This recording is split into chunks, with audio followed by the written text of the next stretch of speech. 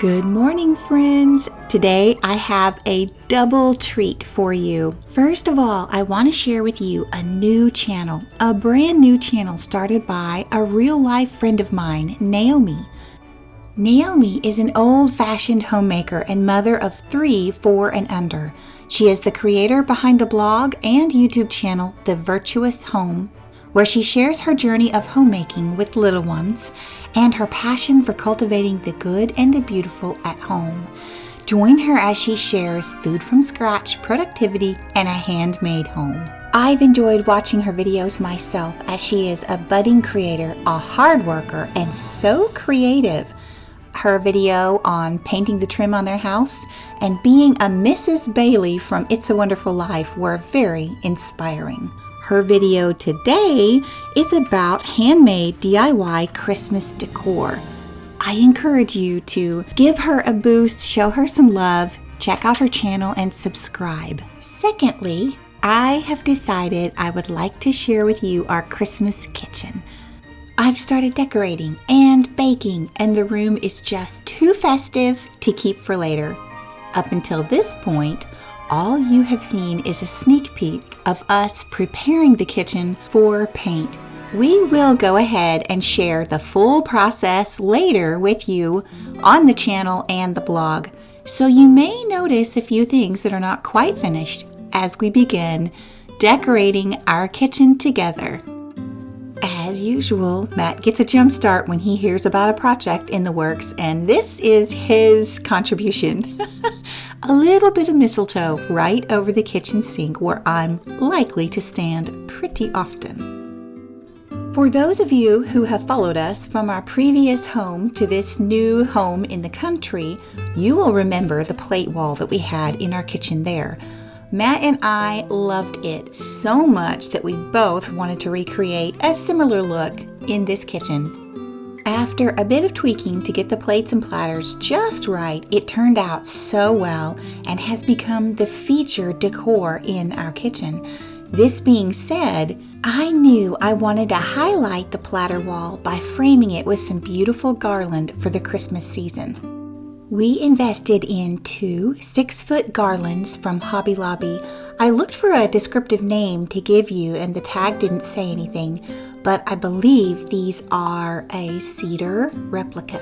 This is a new type of Christmas greenery for me to use, but my inspiration came from Andrea at the Pine and Prospect home. Once the beautiful garland was in place, I layered on 2 strings of brass bells on twine, which also came from Hobby Lobby. The effect was exactly what I was hoping for. A little bit of gleam, a little bit of vintage charm, and a little bit of rustic country feeling. A perfect juxtaposition with those elegant antique blue transferware platters. I learned something new about myself this year as we decorated our kitchen for our first Christmas in this new house. And that is, it mattered almost more to me to have a kitchen decorated for Christmas than the living room or other main areas. And it makes sense. This room is magnetic. We absolutely live in this room, baking, cooking, cleaning, sitting around and talking at the dining table after dinner. And it has held true even from the old house to this one. Whenever we're hosting, our guests just almost never leave the kitchen. With the garland up and looking all festive, I was ready to add something to my kitchen windowsill. It was looking a little bare. Since the platter wall and the big garland are the main features, my plan is to go simple on the windowsill. I like having plants on the windowsill, and normally I have a couple of English ivies. But for Christmas, these faux rosemary trees are perfect, wrapped in burlap.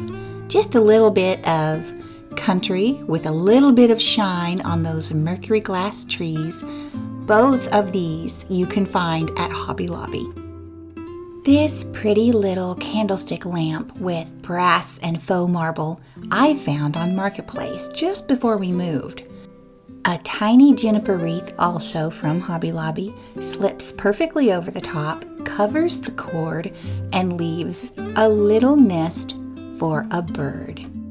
I covered the outlet with a copper tray, and for some Christmas cheer, I tucked in a red transferware sugar bowl that was a gift from my sister a few years ago. This year, I did jump on the ribbon train that is trending right now. I found this beautiful, narrow, dark red velvet ribbon on Amazon and decided to tie some saucy little bows on these rustic faux rosemary trees. Sometimes it's the little touches that make the biggest difference. I ended up loving how this looked so much that I went on to tie ribbons for the garland, and that just seemed to pull the entire thing together. It's a good thing the spool had 10 yards on it. I needed quite a few bows. For any of you that are interested, I will link everything that I can down below. I'll share how the whole thing turned out with you shortly, but first, let's wrap a gift. When my sister was visiting a few weeks ago, she and I were talking about Christmas decorating, and I mentioned I needed a couple of boxes to wrap as faux gifts and had just thrown all my boxes out. So she very sweetly went and bought both of these for me from Hobby Lobby. Wasn't that thoughtful? I found this darling blue and white nutcracker wrapping paper on Amazon and thought it would be perfect to help carry the blue and white theme with the rest of our decor. Of course, to finish a box, you've got to use ribbon, and I found this rustic ruffled edge ribbon at Hobby Lobby. Now, you may have noticed the blue transferware teapot and pitchers in the background, along with a couple of mercury glass trees. I am gathering these things because I have another area that I'd like to share with you as we decorate the kitchen for Christmas. The star of the show for this vignette will be the vintage wooden rocking horse that we found at a thrift store for $5, probably about 5 or 6 years ago. It used to be a very dark stain that was quite gloppy, and Matt sanded and stripped for hours to get it down to the raw wood, but it looks so much better. This will be the second year that the horse has made an appearance in our decor. And you know what we discovered once all of that heavy stain had been removed? The name Timmy has been inscribed across the back, and it always makes me think of Tiny Tim off the Christmas Carol. As you may have guessed, we are going to decorate the top of my antique pie safe. I absolutely love this pie safe. It's one of my favorite pieces of furniture in the entire house. I have yet to really showcase it on here, but no worries, that video will be coming sometime in the spring.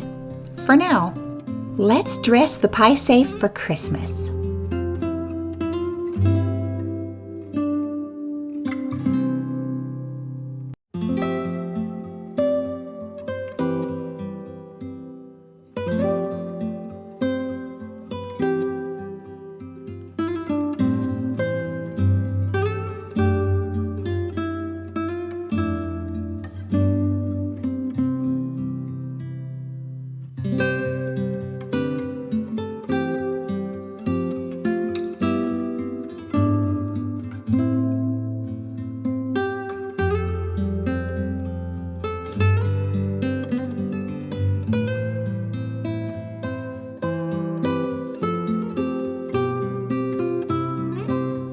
This vignette was so much fun to create. It has the perfect touches of the rustic country feeling, yet it has a little bit of refined elegance with the blue and the white and all of the colors that are in our Christmas decor this year. I just think the little horse adds such a fun little touch of whimsy. The kitchen is looking so festive. Let's bake something. I heard about this new recipe, eggnog shortbread, so I thought I would give it a try. Here are all the ingredients laid out. The recipe includes 1 cup, 2 sticks of unsalted butter, softened, a half cup of powdered sugar, a 1/4 cup of eggnog, a teaspoon of vanilla extract, 2 1/4 cups all-purpose flour, a half teaspoon nutmeg, which I did not have, a 1/4 teaspoon cinnamon, and a 1/4 teaspoon of salt. Heat your oven to 325 degrees Fahrenheit and line a baking sheet with parchment paper. We will start by creaming the butter and sugar until smooth. Then we will add eggnog and vanilla and mix to combine.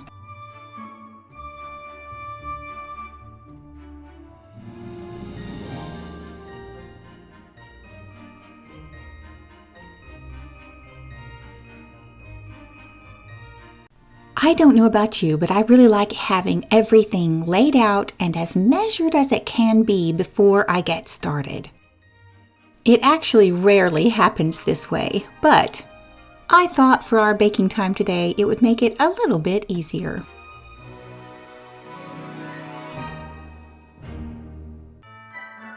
Okay, now to get started creaming the powdered sugar and the butter. Everything always smells so good in the kitchen this time of year, and it just is one of those things that adds to the joy of the season and the traditions that we look forward to every year.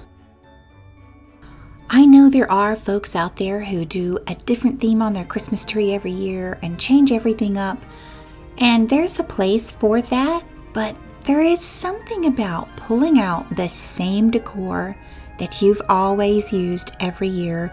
You might change it up by putting it in a different place, but that familiar object is still there, deepening memories and layering in the traditions of a happy family Christmas.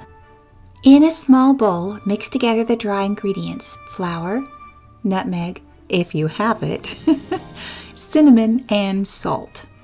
Once the butter and powdered sugar are smooth, add in your vanilla and eggnog. Then you can combine the wet and the dry together to form a soft dough. I'm not really sure how it happened, but somehow I didn't get any footage of adding in the eggnog, but believe me, I did. Mix your dry ingredients and then slowly add it into your creamed butter and powdered sugar. My butter and powdered sugar got a little too creamed, but that's okay. It ended up working in the end.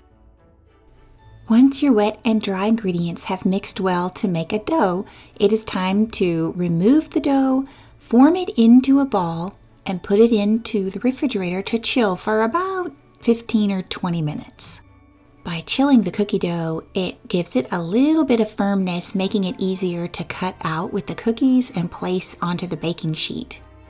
By the way, I've really enjoyed using this handy little caddy in bamboo that holds parchment paper, aluminum foil, and saran wrap, and it cuts perfectly. When we were doing a whole kitchen purge in our previous house, we found this as one of the most helpful organization tools. It's from Amazon, and I'll link it for you below. The dough has chilled, and now it's time to roll it out. Because our countertops are made from tile and there is grout, I do put down a layer of parchment paper.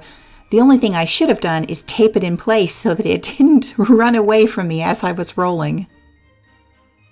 Now the fun part, choosing which cookies to make. We've got to have gingerbread men. I've got stars, scalloped hearts, and an airplane. There should be a candy cane, an angel, and a Christmas tree. Since shortbread is just that, shortbread, it actually barely rises at all, if only slightly puffs up. That being said, I usually roll my dough out just a bit thicker than a normal cookie. If any of you decide to try this recipe, please let me know how it turns out. I think the fact that I didn't have the nutmeg is what made these come out just a bit bland. But if any of you are tea or coffee drinkers, you know just how perfectly shortbread, even when it's a bit plain, pairs with those hot drinks. It's just perfect. Now it's time to bake. In about 14 to 18 minutes, the kitchen will be smelling absolutely fabulous and very Christmassy.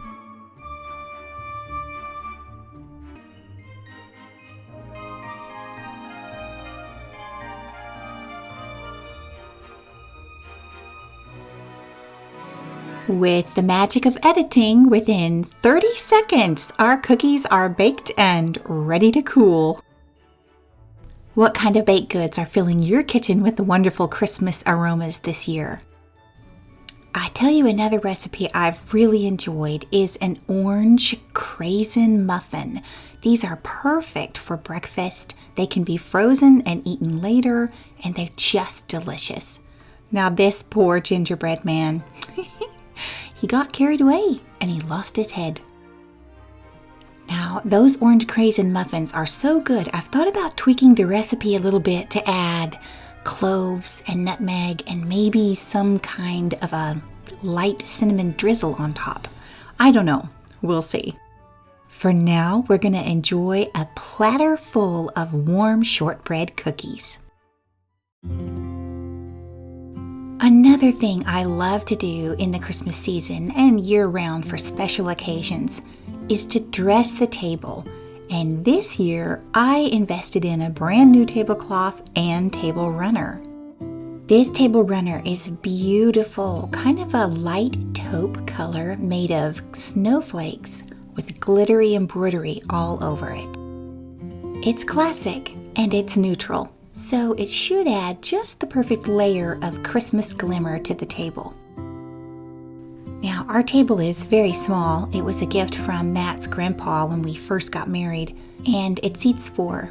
With a small table, I'd like to keep the centerpiece small and simple as well, so it's proportionate, and we still have room for all of our dishes and flatware and such. As part of the centerpiece, I'd like to use these 2 brass and wood thrifted candlesticks that I've had for several years. They did look a bit dull, so I decided to polish them up. And Barkeeper's Friend really is just amazing. It makes polishing brass or copper so easy. Just a bit of warm water, a non-abrasive sponge, and enough powder to make a paste. Rub back and forth until you get a beautiful shine. Now let's set the table. Let me share with you our little bitty dining room. I say little bitty because I'm from a large family and I like to entertain large groups of people. So there are times when it does feel little bitty, although it is perfect for us on an everyday basis with this lovely antique table from Matt's grandpa.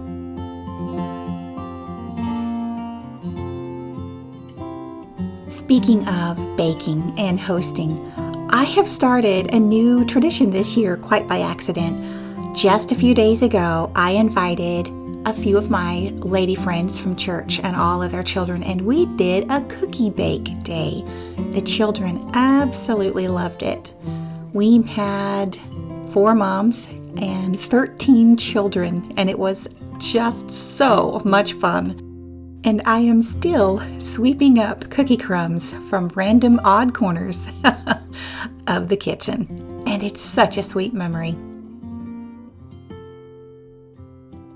This exquisite hand-blocked print tablecloth from India was discovered on Etsy several weeks ago. I knew I would be using our traditional red transferware dishes for Christmas like we always do, but I wanted some way to tie in the blue with the rest of our Christmas decor, so this was the perfect solution. The tablecloth is a little bit too big. I went ahead and washed and dried it since it is cotton, knowing that it would shrink, and I still need to put quite a large pleat in the middle as you see me doing here. Eventually, I will get around to sewing a little pleat down the middle and taking out that extra fabric, but for today and the time that I have, this is what we're going to work with. I don't know if you're able to tell with this close-up view, but all of the flowers and the border are outlined in red, which should tie in perfectly with our dishes. I just love how this snowflake runner adds just that little bit of texture and definite Christmas season with the snowflakes to our table setting. Now, if you know me, you know that I love pattern mixing, so while this might look a bit wild and crazy to some of you, I love it. The choice for this tablecloth is also practical because when I pull out our everyday blue transferware dishes, I'll be able to use this cloth year-round. With the tablecloth being so busy and the plates adding their own pattern and color, I'm keeping all of the flatware, the napkins, and the drinks very simple. For the centerpiece, I'm going to play off the blue in the tablecloth and use a blue antique transferware bowl to hold a pine-scented candle. Flanking the bowl will be this pair of brass and wood candlesticks with ivory tapers. These will give just a little bit of height and elegance to our table without blocking any conversation. And there you have it, our simple, homey Christmas table ready for our first feast, which actually is going to be a Christmas breakfast. Recently, Matt has been able to do some hunting off of our own land, and we've been overjoyed to be able to put venison in the freezer again. He makes the most amazing sausage. So for our Christmas breakfast, we enjoyed a venison sausage, egg and potato casserole with orange cranberry muffins. This will be the first of several Christmas breakfasts throughout the season. Let me encourage you, friends, whether you're decorating your kitchen or setting a Christmas table, sometimes simple is best, and it is completely okay to use what you already have, mixing what is super fancy with what is very plain and everyday. The point of the season is to celebrate our Lord Jesus Christ and Him coming to earth as a baby. It is not about perfectly decorated homes or showy Christmas trees. It is about loving others and sharing the love of Christ with them. Now, friends, let's take a tour of our fully decorated Christmas kitchen, our first year in the country.